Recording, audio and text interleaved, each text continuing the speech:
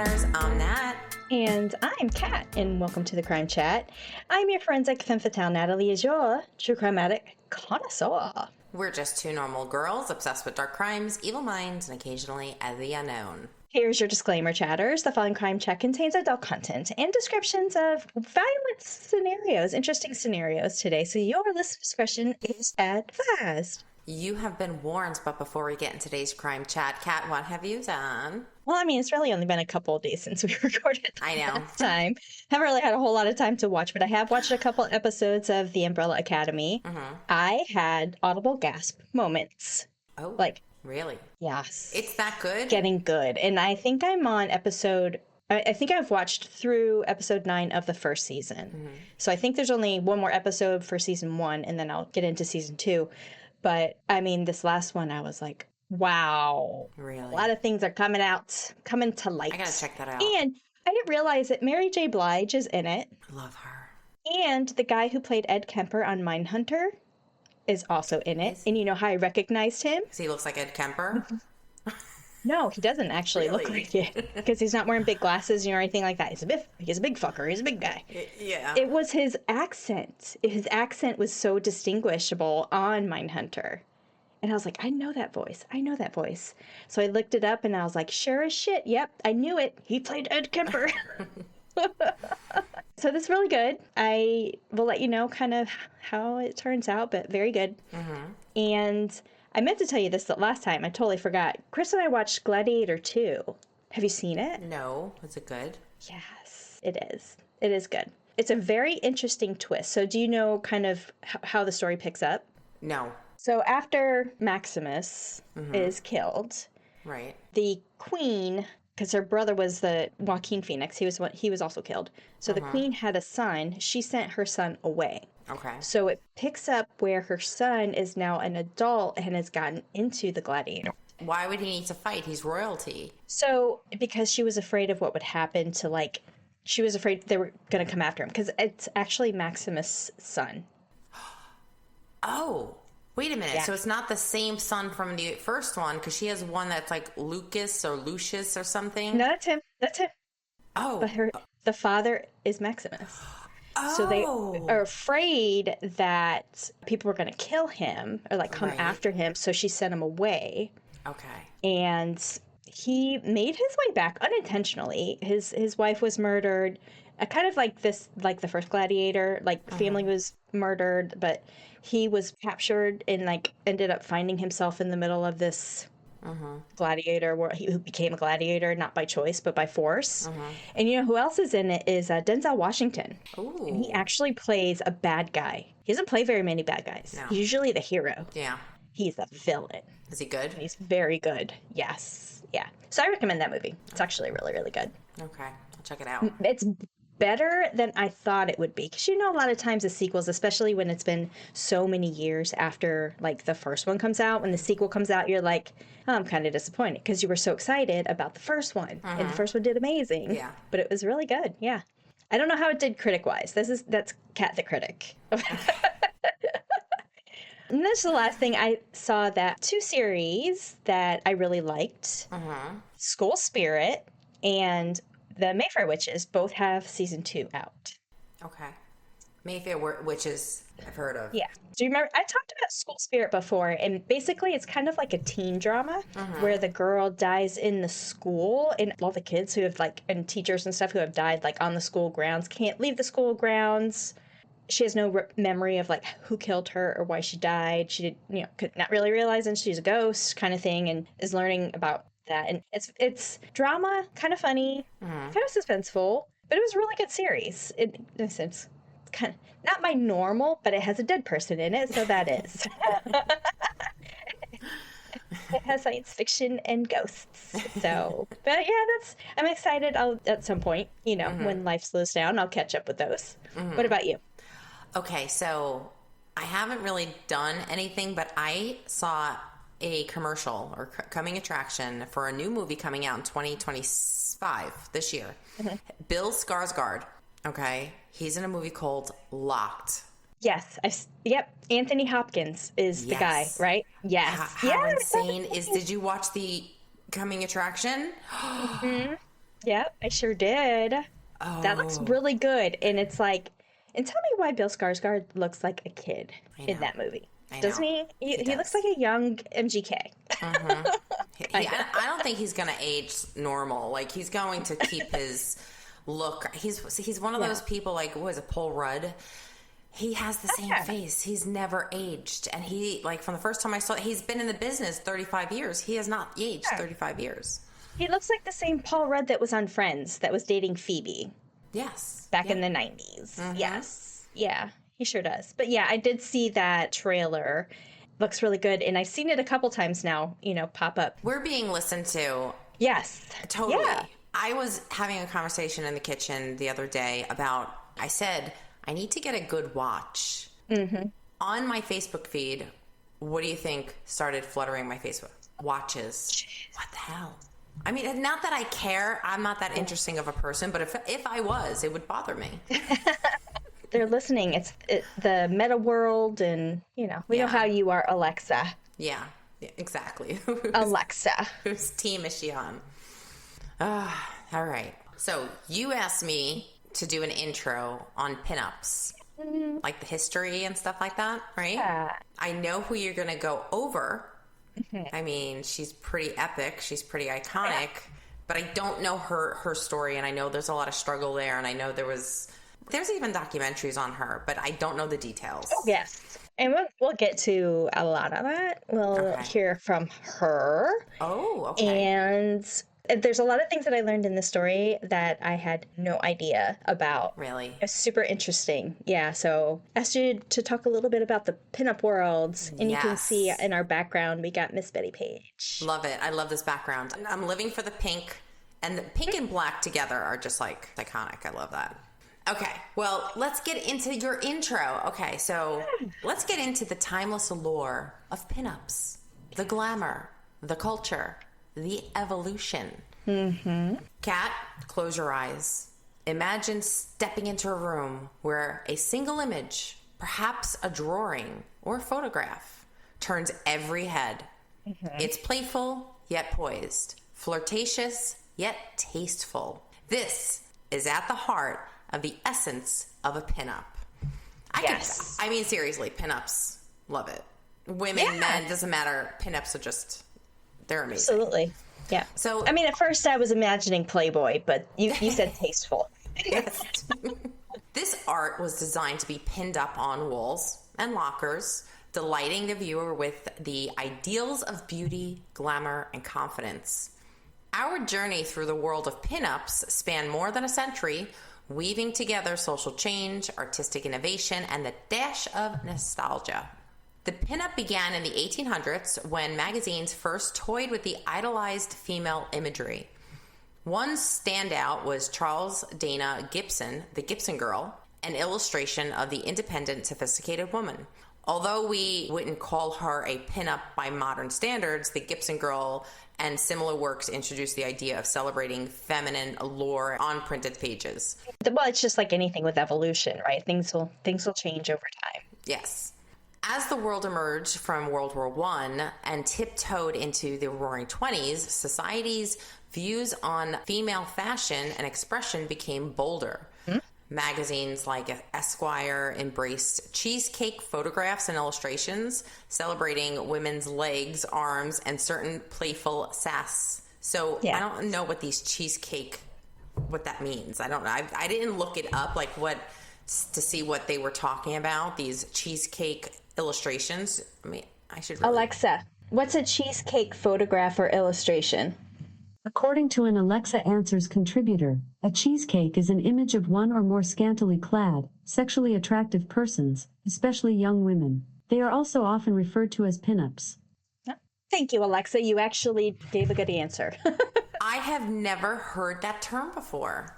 Neither have I. That's And I wonder crazy. why it's cheesecake. Like, I Cheesecake. wonder how that name came about. I don't know. That's so strange. Yeah. I never... Okay. Yeah. Well, then came World War II, a time when pinup culture soared yes. to unprecedented heights. Millions of American troops stationed around the globe yearned for reminders of home. And pinup art, both in the form of Hollywood starlets and colorful illustrations, fit the bill perfectly. Soldiers adorned barracks with these images, carried them in their pockets, and even painted pinup girls on their aircraft for luck. Oh, we still have some. They're still on, and like historic ones are like at the base or on display, and they've got like the pinup and other silly things. I love it. Actresses like Betty Grable, Rita Hayworth, and Lana Turner.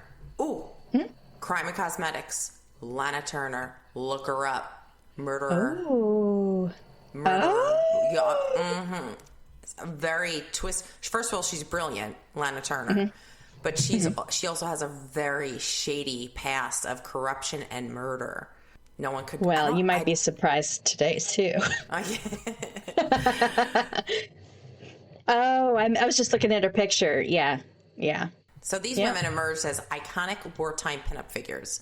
Yes. Betty Grable's famous over-the-shoulder pose became so synonymous with troops' morale that it was said to grace barracks from Europe to the Pacific. When the war ended, pinup art lost none of its momentum. Instead, it evolved into a staple of mainstream entertainment. The founding of Playboy in 1953 signaled a shift towards more revealing photography while maintaining the veneer of glamour. At the same time, the girl next door concept flourished. The 1950s pinups fused wholesome innocence with a heightened sense of sex appeal in advertising, film, and print. Hourglass silhouettes, bright red lipstick, and playful winks defined the decade's aesthetic, reflecting both the conservative undertones of the era and the growing acceptance of visible sexuality. As the cultural landscape changed from the 1960s and the 1970s, pinup culture faced both liberalization and critique. The sexual revolution relaxed censorship, making pinups more explicit, whilst the second wave of feminism brought conversations about objectification to the forefront. Despite these debates, classic pinup styles survived in the underground and niche communities. Rockabilly scenes, tattoo cultures, and the alternative comics.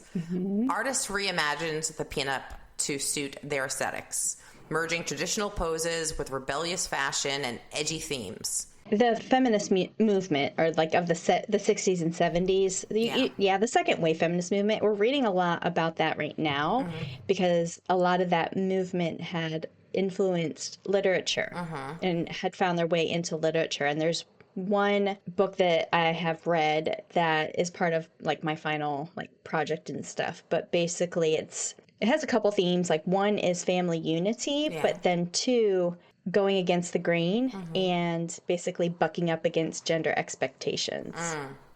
Interesting. Like written kind of in the 50s, 60s time frame where it was expected that you get married, you're a homemaker, you take care of the kids. But what if you don't do that? You turn out to have a podcast. That's what you do.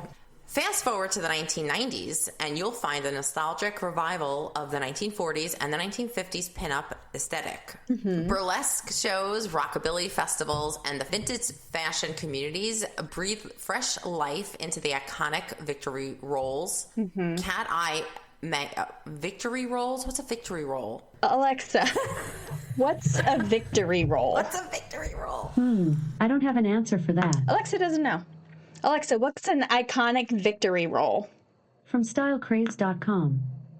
A victory roll is a classic hairstyle that is characterized by distinctive rolled-up sections of hair, often positioned at the front or on the sides of the head. Yes. Betty Page's bank. Yes, victory rolls. Roll. I had no idea that's what you called them. Me either. That's why Alexa knows. We learn something new every day. Okay, well, it brought victory rolls back. It brought the cat eye makeup back. The pinned curled hair, I guess, a victory roll. Yep. Modern pinup photographers often replicate the mid-century sets and styling, capturing the timeless glow.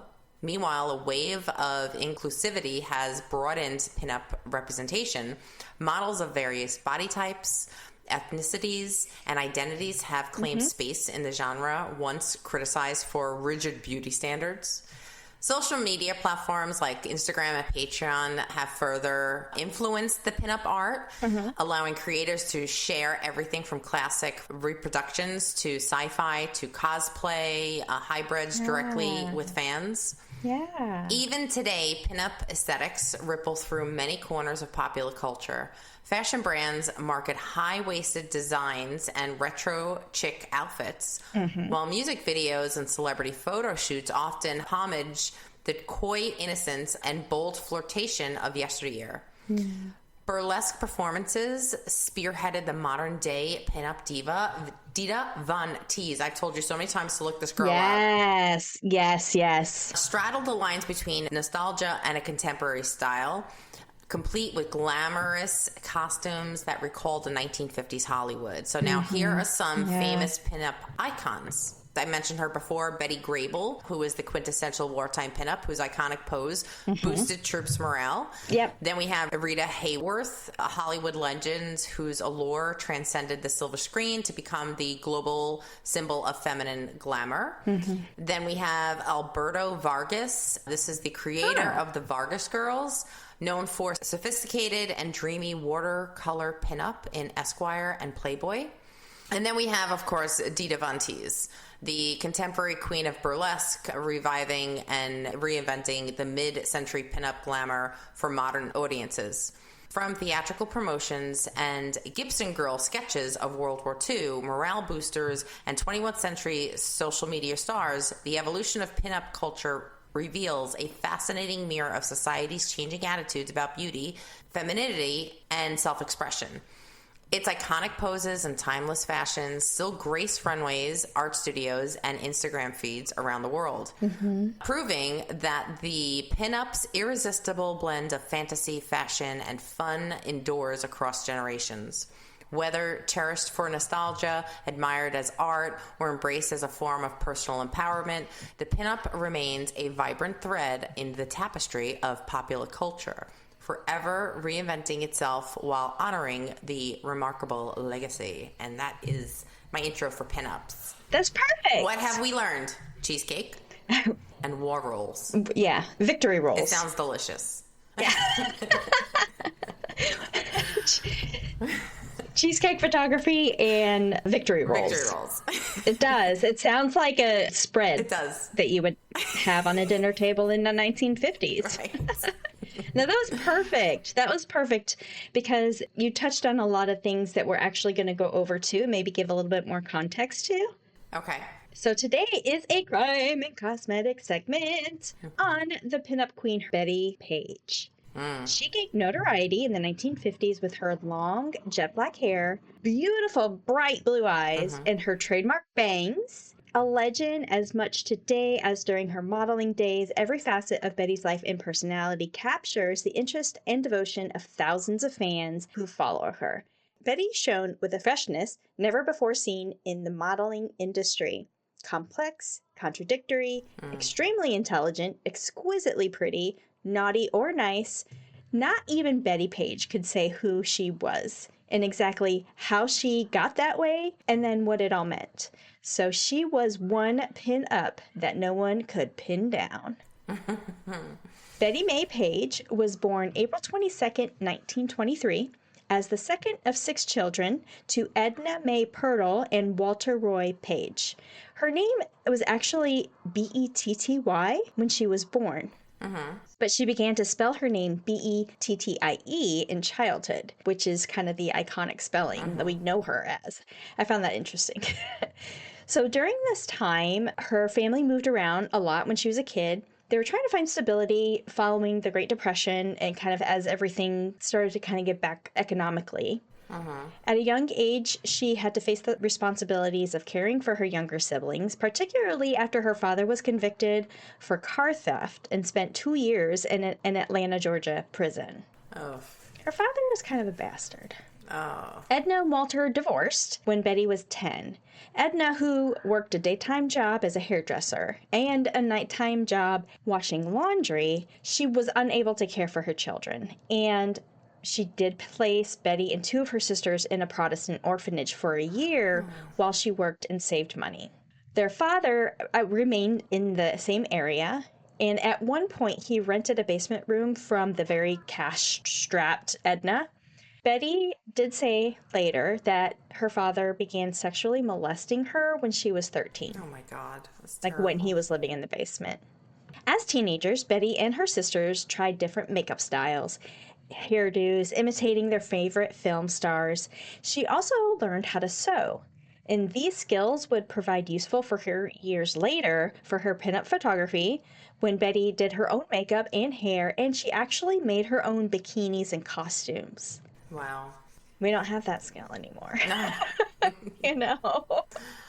She was also a very good student, very intelligent. She was a member of the debate team at the Hume-Fogg High School in Nashville, and she was voted girl most likely to succeed. Wow.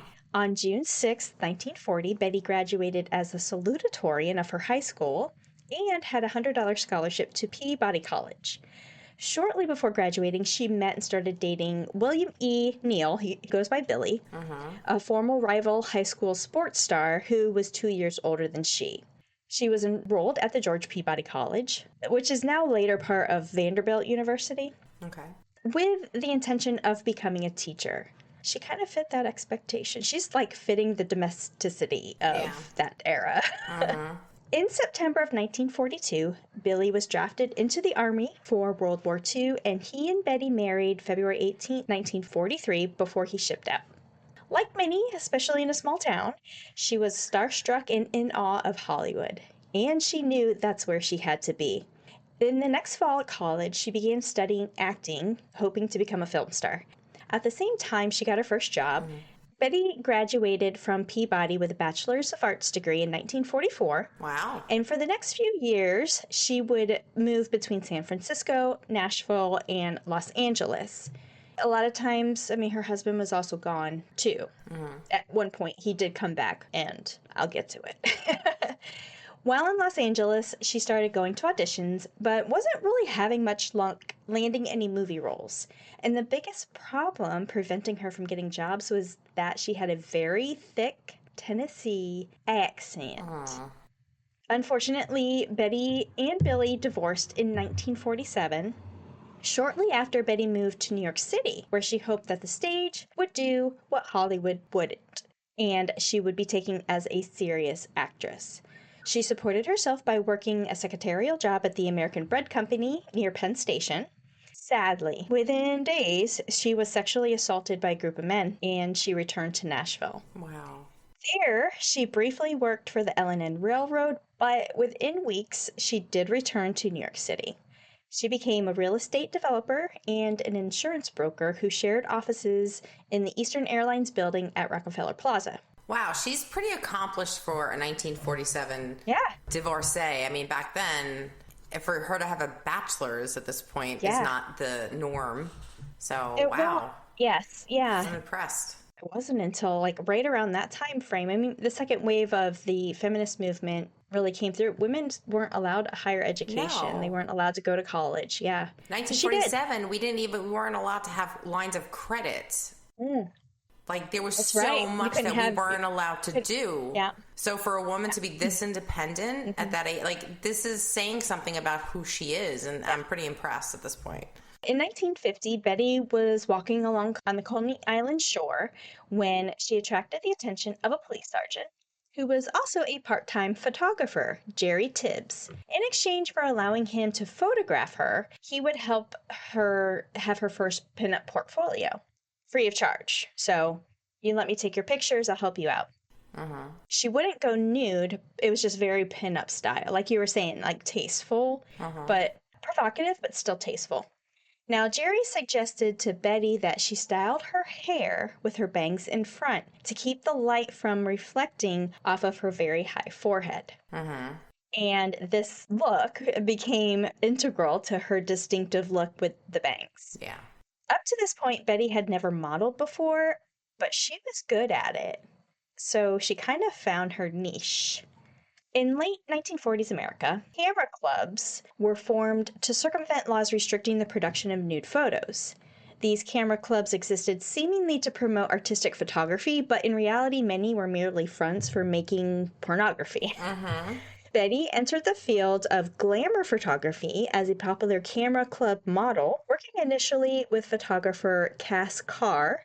She then modeled for a lot of different types of photographers, and while she was doing these test shoots, she made her way into magazines such as Wink and Flirt, Titter, I almost said Twitter, Titter, Eiffel, and then Beauty Parade. From late 1951 to like early 1952, all the way through 1957, she posed for Irving Klaw, who was known as the Pinup King. He catered to customers' needs who wanted pictures of women who were pinup and had BDSM themes, making Betty the first famous bondage model. Wow. Yeah. And when I was doing my research, Bailey Sarian also covered this, and she said, quote, "There was a lot of boobage," end quote, in kind of like her early days. And there are a lot of booby pictures. And really what Irving was doing at this time was considered really kind of taboo, because it was like, you don't talk about Fight Club. Right. You know what I mean? Like, Yeah. you know what happens, but you don't talk about it, right? So get this, Betty was getting paid $10 an hour for modeling for these photos, which is about $150 an hour today. Wow. Okay. And they would Betty. last about 5 hours. So, I mean, you're talking about $800. Yeah. She would even get up to $50 in tips, which is about $575 today as a tip, on top of the, $600, $700, $800 that you just made per hour. You basically doubled it with tips. So she was doing pretty good. Now, Irving used Betty in several short, black and white 8mm and 16mm, he called, quote, specialty films, which catered to specific requests from his clientele. These silent, one-reel featurettes showed a clad woman in lingerie, high heels, acting out fetishistic scenarios of abduction, domination, and slave training, bondage, spanking, and elaborate leather costumes and restraints were included periodically. Betty alternated between playing a stern dominatrix and then a helpless victim bound by hand and foot. Yeah.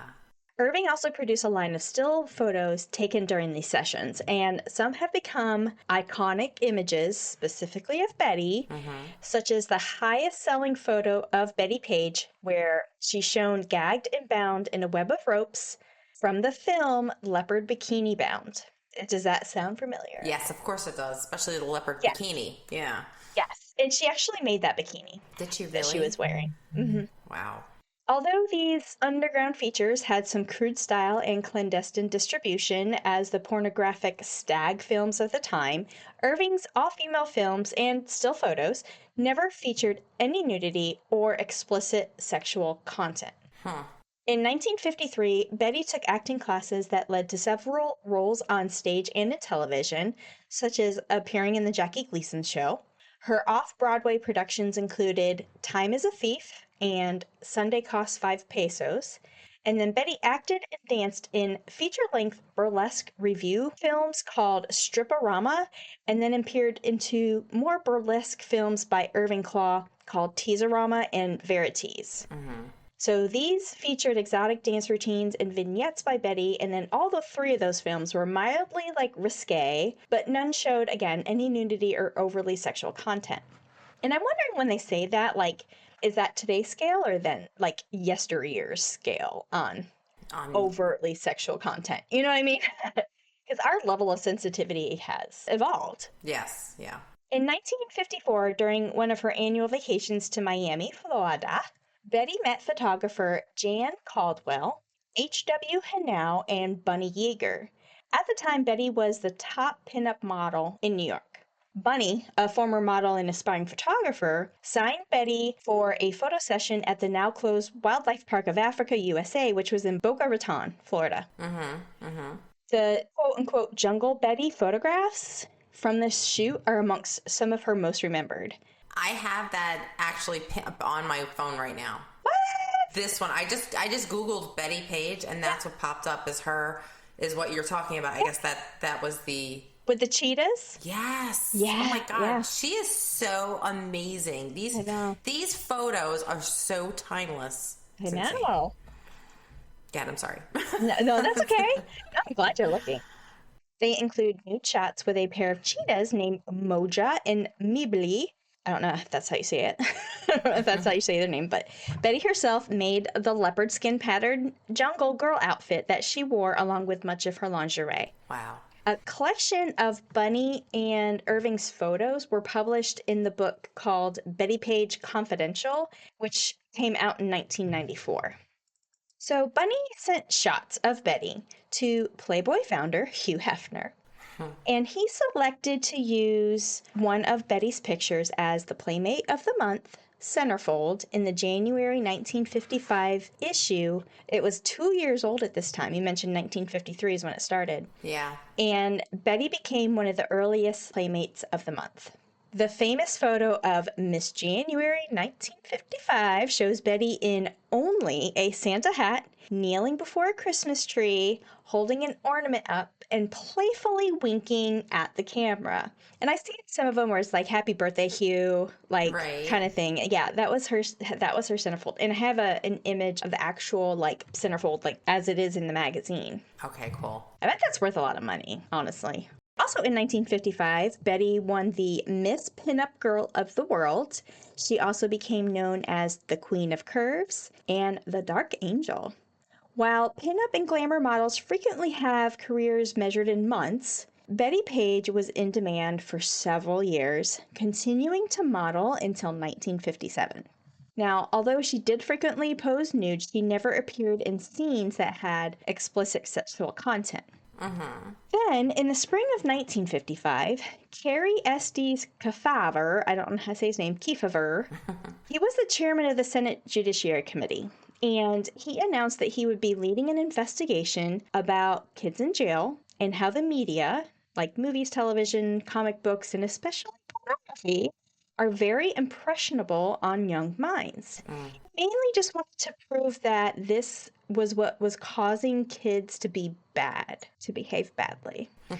There was an incident where a young kid died. It was very unclear exactly what he was doing at the time, but there was a trial, and the prosecution was trying to prove their case against pornography. Tied to the tree outside the window, hanging by a rope, the boy was found dead on his knees. Oh. At this trial, Betty Page gets pulled into it when they presented her in a bondage photo, and she was in the exact same position that this young boy who died was in. So they were trying to prove in court that pornography and then photography of pornography should be illegal because it, quote, kills people. Yeah.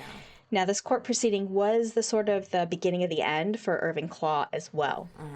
So some time went on. Betty quietly kind of disappeared from the New York scene. Some reports say that it was because of the Kefauver hearings. Then on New Year's Eve in 1958, during one of her regular visits to Key West, Florida, she attended a church service at what is now the Key West Temple Baptist Church. She found herself drawn to the multiracial environment and started to attend on a regular basis. Even doing so, that she actually converted to Christianity and became a born-again evangelist on December 31st, 1959. She recalled in 1988 about this. She said, quote, "When I gave my life to the Lord, I began to think he disapproved of those nude pictures of me," end quote. Aww. Now, while she was living in Key West, Betty attended 3 Bible colleges, including the Bible Institute of Los Angeles, Multnomah University in Portland, and then briefly a Christian retreat known as Bibletown. This is part of the Boca Raton Community Church in Boca Raton, Florida.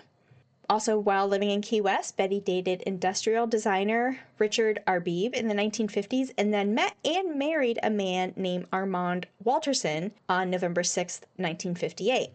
They divorced in October 10th, 1963, so they were married for like 5 years. Afterward, Betty attempted to become a Christian missionary in Africa. She was rejected because she had been divorced twice, and they did not accept her. It's so fucked up. That's so messed up. Yeah. Wow. Well, over the next few years, she worked for various Christian organizations before settling back in Nashville in 1963. She re-enrolled in Peabody College to pursue a master's degree in education, but she did eventually drop out. She also worked full-time for the Reverend Billy Graham. I had no idea. No idea. Betty and her first husband, Billy Neal, they had remarried very briefly in late 1963-64. but they actually annulled it. She returned to Florida in 1966, married yet again to a man named Harry Lear on February 14th, Valentine's Day, 1966. Again, that marriage ended in divorce January 18th, 1972. Oh, wow. This is where it gets interesting. Like right now, you're like, man, this woman is amazing. Like, she's iconic. She's traveling all over. She's doing all of these things. With all these marriages, it feels like because of what happened to her when she was 13, she's having a struggle figuring out what love is. Or maybe because she is such a pinup girl and beautiful, and men kind of just like are obsessed with her, but the real substance to her relationship Am I in a drama? Yeah, right. Yeah. Exactly. She's just chasing, Yeah. Look, when you're as beautiful as she is, you have a lot of men that kind of want to be with you, but they're not the best quality man. So, I don't know. Well, we are going to peel back her onion layers. Okay. So she divorced from her last husband in January of 1972. So in that same year, she moved back to Florida. Remember Battletown? A missionary in Boca Raton. Well, police were called out there because Betty was running around through like the motel complex, like on the grounds, waving a .22 caliber pistol, and she was yelling over and over again about the retribution of God. Oh boy. About a month later, Betty's having dinner with her ex-husband and 2 kids, and I don't know which one this is. I couldn't find where it specified if it was her latest husband, Harry, or if... I don't think it was Billy, because Billy still lived in Nashville. I'm thinking it was Harry, because Harry lived in Florida. So she's having dinner when he called the cops. Betty, who at the dinner table was holding a knife before her ex and his kids, demanding them to pray before a portrait of Jesus. And she was yelling, quote, "If you take your eyes off this picture, I'll cut your guts out." Oh my God. No. Wow. So after this incident, Betty ended up getting admitted to the state hospital. While there, she was diagnosed with paranoid schizophrenia. After about a 4-month stay, her ex-husband, the one that she threatened at the dinner table about praying over a portrait over Jesus, he did pick her up and went back to his house. This is probably not the best of ideas, because in October 1972, the cops were called yet again because Betty was losing her shit. When they arrived, they saw Betty destroying his home, ripping pictures off the wall, knocking things onto the floor, breaking plates, just like trashing the house. She just wouldn't calm down. So they ended up kind of like getting a hold of her and putting her in back of one of the cop cars. They go back inside to question the ex-husband, get his side of the story, and then when they go back outside to where Betty is, they want to ask her, like, kind of to figure out, get his side of the story, get her side of the story, figure out what's going on. When they got to the car, they saw that she had pulled her dress up, her underwear was off, and she was masturbating with a coat hanger. What? Oh, yeah. God. Now, apparently, they didn't realize there was a coat hanger in the back, nor that she would be masturbating with it. But Wow. That happens. So Betty got sent back to the state hospital, and this time was actually under suicide watch. After 6 months, doctors determined that she was fine, and Betty was again released. In April of 1979, she moved back to Los Angeles, not really having a place to go, but she did end up finding a trailer to rent. But this didn't last long either. She ended up attacking a 77-year-old man who she was renting the trailer from, so her landlord. The man said it was completely unprovoked. She came out of nowhere with a knife, and he said that she was making a lot of threats toward him, which related to a lot of religion. Oh, boy. Betty was charged with 2 counts of assault with a deadly weapon, but was found not guilty by reason of insanity. Oh, so it did work for her. It did, yeah. After this incident, the following year, she was sentenced to 5 years in confinement at the Patton State Hospital in San Bernardino.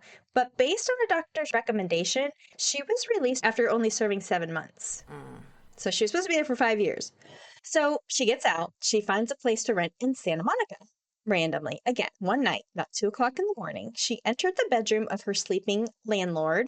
She got up, straddled her, shook her awake, and the landlord said when she woke up, she saw Betty holding a foot-long bread knife, and she said that Betty whispered to her, "God has inspired me to kill you." Oh, boy.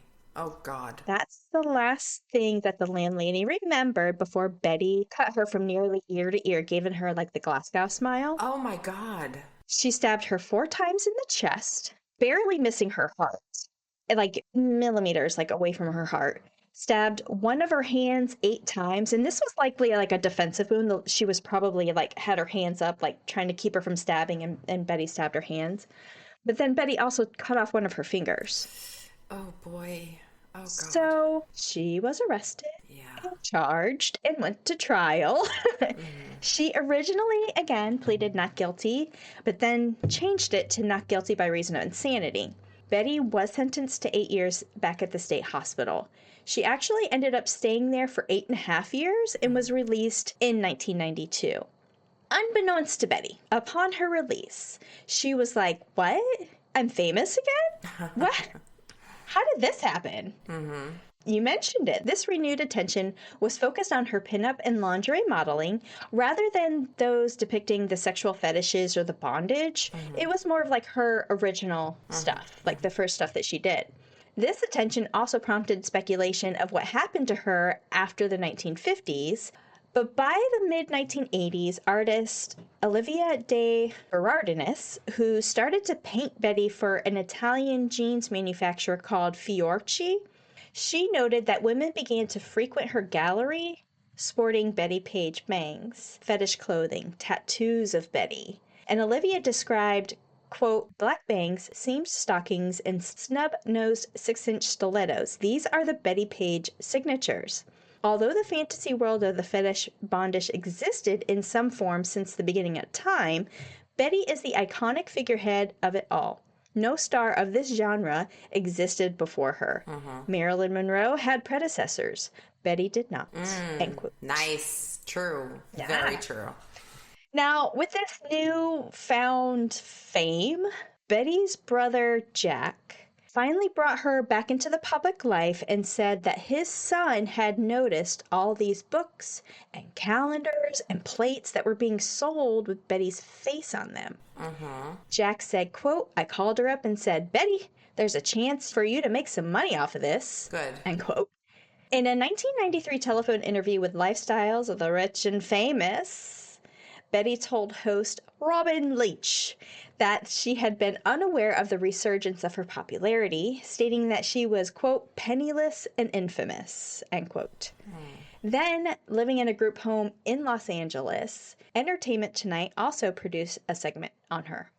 Also in 1993, Jack, her brother, persuaded Betty to pursue royalties through the Chicago attorney James Swanson, who was with a lady named Karen Essex. They wrote a coffee book table on Betty Page in 1996 called Betty Page, The Life of a Pinup Legend. Yeah. 3 years after this, and still nearly penniless and failing to receive any royalties, she allegedly had fired this lawyer. He was making money off her. She wasn't making any money. Wow, that's fucked up. In 1996, Betty granted a TV interview for entertainment reporter Tim Esterlize of the NBC morning magazine program Real Life. Another biography, The Real Betty Page, The Truth About the Queen of Pinups, from 1997, was written by Richard Foster. The book recounted Los Angeles Sheriff's police report that said Betty had paranoid schizophrenia and, at the age of 56, stabbed her elderly landlord on the afternoon of April 19, 1979, in an unprovoked attack during a fit of insanity.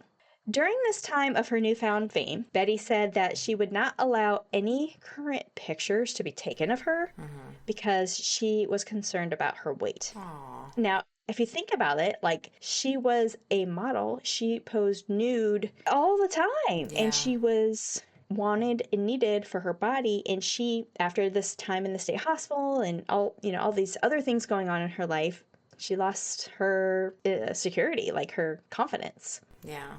Betty did change her mind, however, in 1997 and agreed to a television interview for E! True Hollywood Story that featured Betty Page, and that it was titled Betty Page From Pinup to Sex Queen. Betty did agree to this interview on the condition that the location of the interview and her face were not to be revealed. And she was shown with her face and her dress like blacked out. Okay. So they did what she said, but I mean, they were getting it from Yeah. Betty Page herself, right? In a 1998 interview, she commented of her career, quote, "I never thought it was shameful. I felt normal. It was just that. It was much better than pounding a typewriter 8 hours a day, which gets monotonous," end quote. Sure. In 2003, Betty allowed a publicity picture to be taken of her for the August 2003 edition of Playboy. In 2006, the Los Angeles Times ran an article headlined, quote, "A Golden Age for a Pinup," end quote, covering an autographing session, but then again, Betty declined again to be photographed for this newspaper. But she was apparently, back in Playboy. In her last year, she hired a law firm to help her recoup some of the profits being made off of her. According to MTV, quote, "Katy Perry's rocker bangs in the throwback Skippy jumpers, Madonna's sex book and fascination with bondage gear, Rihanna's obsession with all the things leather, lace, and second skin binding, Uma Thurman in Pulp Fiction, the Suicide Girls website, the Pussycat Dolls, and the entire career of Dita Von Teese," True. quote, "would have not been possible if it weren't for Betty Page." Nope. Yeah. On December 6, 2008, Betty had been fighting pneumonia, and she suffered a heart attack. She was in one hospital for the pneumonia, but then transferred to another hospital after she suffered the heart attack. But there was no signs of improvement, and her family did eventually agree to discontinue life support. Betty May Page passed away on December 11, 2008, at the age of 85. After her death, Playboy founder Hugh Hefner called her, quote, "a remarkable lady, an iconic figure in pop culture who influenced sexuality, taste, and fashion, someone who had a tremendous impact on our society," end quote. It's true. But yeah, I mean, even to this day. She's changed so much. She's influenced so much, and she did not get paid, which is freaking me out. Like, that's Yeah. In 2011, Betty's estate made the Forbes annual list of top earning dead celebrities, grossing $6 million, and that was tied with the estates of George Harrison and Andy Warhol at 13th on the list. In 2014, Forbes estimated that Betty's estate earned $10 million the previous year in 2013. In 2023, a historical marker commemorating Betty's life was erected in Nashville. And over the years, kind of mentioned some of it, pop culture has paid a complete homage to Betty Page. While she was living, while she was insane, and even after her passing. My Life with the Thrill Kill Cult, I guess is a band. They used a photo of Betty Page on their cover for their 1991 album, Sexplosion. American rock musician and former Van Halen frontman David Lee Roth used a photo of Betty Page on the cover of his 1998 album DLR Band, David Lee Roth Band, I guess. In 2004, Cult Epics produced the direct-to-DVD biographical film called Betty Page, Dark Angel. This centered on the 1953 to 1957 Irving Klaw period, and it recreates 6 lost fetish films that she did for Irving Klaw. Model Paige Richard plays Betty Page in this role. A movie, The Notorious Betty Page from 2005, follows Betty Page's life from mid-1930s through the late 1950s. It stars Gretchen Mol as the adult Betty Page. Bonus footage added to the DVD release includes color films from the 1950s of Betty playfully undressing, striking various nude poses for the camera. This cracked me up. The BD-3000 luxury droid from Star Wars Episode 3, Revenge of the Sith, was inspired by Betty Page. What? I gotta check that out. The BD-3000 luxury that sounds very droid. sexual for a Star Wars episode. You know what? I meant to look it up. Oh, yeah. Is it? Does it look like... I remember this droid. I remember this droid, Oh, yes. yes, I see it. Okay, yeah. Yeah. The Quentin Tarantino 2007 film Death Proof starred Rosario Dawson. She pays tribute to Betty Page with her iconic haircuts. Beyonce pays homage to Betty Page in her music videos Videophone and Why Don't You Love Me. These are from her 2008 album I Am Sasha Fierce. Katy Perry was mentioned before, but Katy Perry took inspiration from Betty Page for the visuals for promoting her 2010 Teenage Dream album. Yeah. In 2012, Betty Page Reveals All was filmed and then released nationwide in the following year. It was an authorized biographical documentary by director Mark Maury The documentary included narration from Betty herself, garnering more than 6 hours of interviews with her, as well as commentary from Dita Von Teese, Hugh Hefner, Rebecca Romaine, Tempest Storm, Bunny Eager, Paula Claw, who's Irving's sister, Mamie Van Doren, and Naomi Campbell. Betty is the subject of the 2020 novel Betty Page, Aphrodite Rising by Kimberly Us, which suggests an engagement of the goddess Aphrodite in Betty's career, which built on the influences of Percy Jackson and the Lightning Thief. Really? Cool. And then in Orange is the New Black, the character Alex Voss, played by Laura Prepon, Love her. is described by one of the correctional officers as, quote, the Betty Page of Litchfield, end quote. Yeah. Do you know Laura Papon, right? You know, she's... Oh, yeah. You know, she also owns Hodel House. She lives in the Hodel House where... George Hodel? What's the... Black Dahlia. Black Dahlia. Yeah. Yeah. Oh, I didn't know that. Yeah. And then the last one is November 2024. Just a couple months ago, Betty was impersonated by drag performer Xana on the Snatch Game episode of Canada's Drag Race Season 5. Guess what? Xana won the episode. So without a doubt, even through her struggles, Betty Mae Page is forever etched in history as the ever-iconic Miss Pinup Girl of the world. With locks as dark as midnight and a smile as bright as day, Betty's numerous contradictions undoubtedly added to her charismatic personality. The dark-haired girl from Nashville has become a living legend, a modern icon, and a symbol of beauty and femininity that transcends ordinary standards. In the heart of her adoring fans, Betty will forever remain the queen of pinups. Yes. And that is the story of Betty Page. That's a roller coaster. Like that. Yeah, there was a lot. And honestly, it surprised me. She was suffering. Like, she was definitely suffering. But it's like she wasn't appreciated when she was in her prime. It was just a weird time, I guess, back then for femininity and all this stuff. Yeah. But for her to reemerge saying like, oh, I'm popular after her going through all this trauma. And I'm telling you, I think her relationship issues came from or were triggered by what her dad did to her. I mean, yeah. When you endure that, it's pretty hard to figure out what exactly is love and what you should be looking for. Yeah. No, exactly. It definitely didn't help. And then you get put in an orphanage for a year. Yeah, so her mother when you're didn't like even, 10. Her mother didn't protect her. Like, you know, that there shows a form of abandonment as well. Yeah. And you kind of build these certain walls and reactions to that from then on without resolving it, which I don't know that kind of she did go back. So, that's kind of some sort of resolution. Yeah. But it doesn't mean it went away. No. Like, oh, no. She was left in an orphanage for a year. Wow. A year. And, yeah. But she was extremely intelligent, very smart, higher education, like wanted to always do more and be more. And, and it was kind of sad that she was used as a reason for this government-led backlash on the intention of pornography when it wasn't even really like pornography. No. She did pose nude and she was in Playboy, but even the picture of her where she's a centerfold, it's not distasteful. No. It's not sexually explicit. It's cute. Yeah.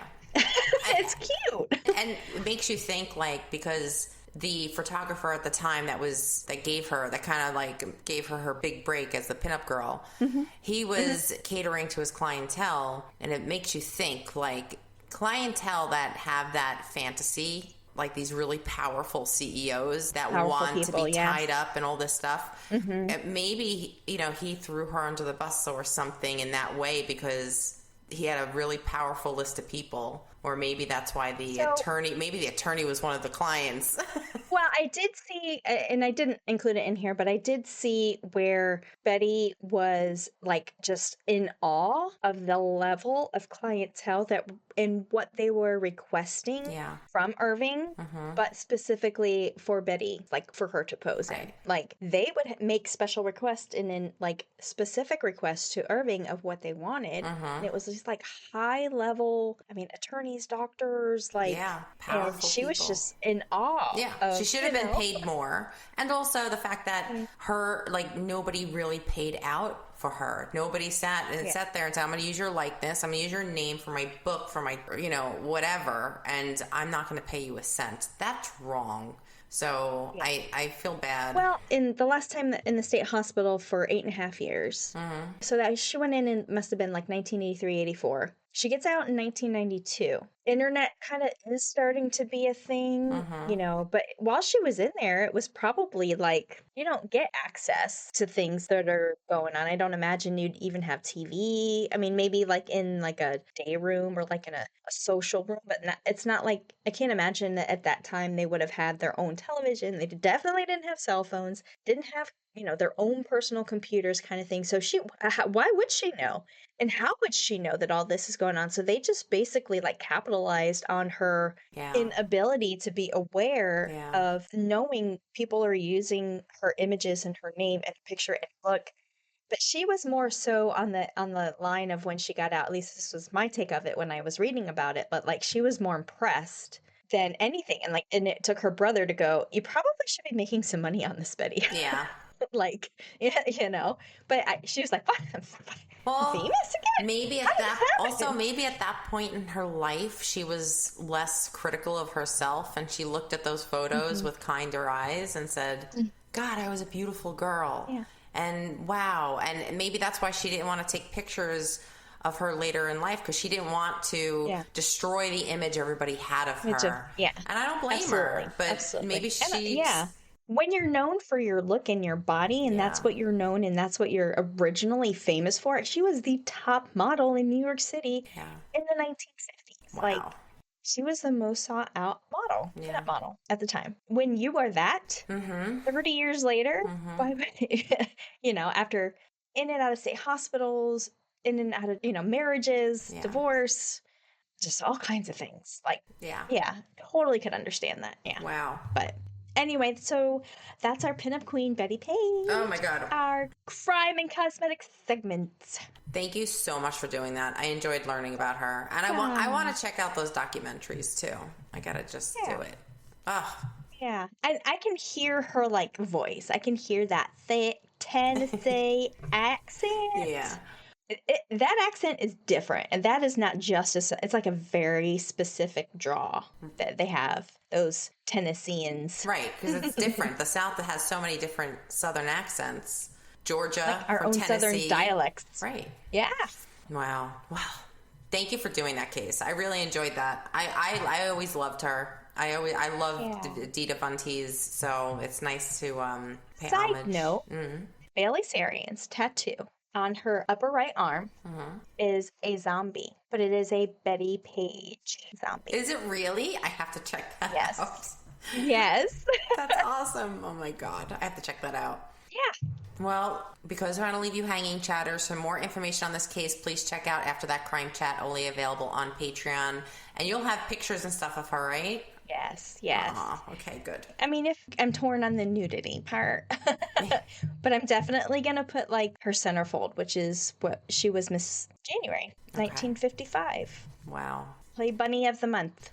Don't forget to follow us on our social medias, CrimeChat with Nat and Kat, Facebook, Instagram, YouTube, TikTok, and X, and see what we got going on.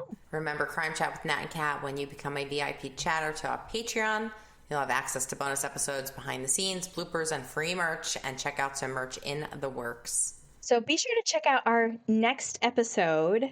Since, you know, unfortunately in the news we had a devastating plane crash, we decided that we would re-release our MH370 two-parter in one. Yes. On the first Saturday in March, while we take time to research dark crimes, evil minds, and the unknown. And we do have a good idea what our next story is on. Yes, we do. We do. You don't want to miss it. You don't want to miss it. We'll see you next time, chatters. Bye.